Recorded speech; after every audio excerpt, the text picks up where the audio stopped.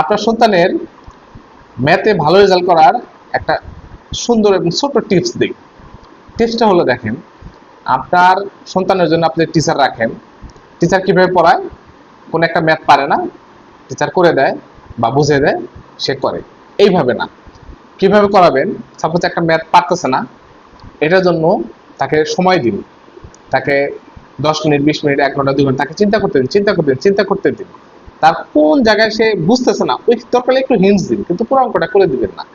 এইভাবে আপনি প্র্যাকটিস করান, 1 দিন, 2 দিন, 3 দিন, 5 দিন, 7 দিন, 10 দিন, 1 মাস প্র্যাকটিস করান। দেখবেন একটা ড্রাস্টিক্যালি একটা চেঞ্জ চলে আসছে। আপনার সন্তানের কনফিডেন্স বেড়ে গেছে, কারণ সে যখন একটা প্রবলেম সলভ করবে, তখন তার ব্রেনে একটা নিউরাল পাথওয়ে তৈরি হবে। পরবর্তীতে যখন সেম টাইপের প্রবলেম আসবে, সে কিন্তু ওখান থেকে কানেক্ট করতে পারবে, সে এটা আরো সহজে করতে পারবে। এইভাবে কিন্তু তার ব্রেনের একটা পার্মানেন্ট একটা ডেভেলপমেন্ট হবে। আদারওয়াইজ কি হবে? যখনই প্রবলেম আসতেছে, টিচার করে দিচ্ছে, তার ব্রেনে ডেভেলপমেন্ট হচ্ছে না। সে হয়তো কিছু শিখতেছে সাময়িক সময়ের জন্য, কিন্তু পার্মানেন্ট কিন্তু ডেভেলপমেন্ট হচ্ছে না। তো আপনারা এই হ্যাকসটা যদি ব্যবহার করেন, তো আপনার সন্তান ম্যাথ এক্সপার্ট হতে বাধ্য। Thank you.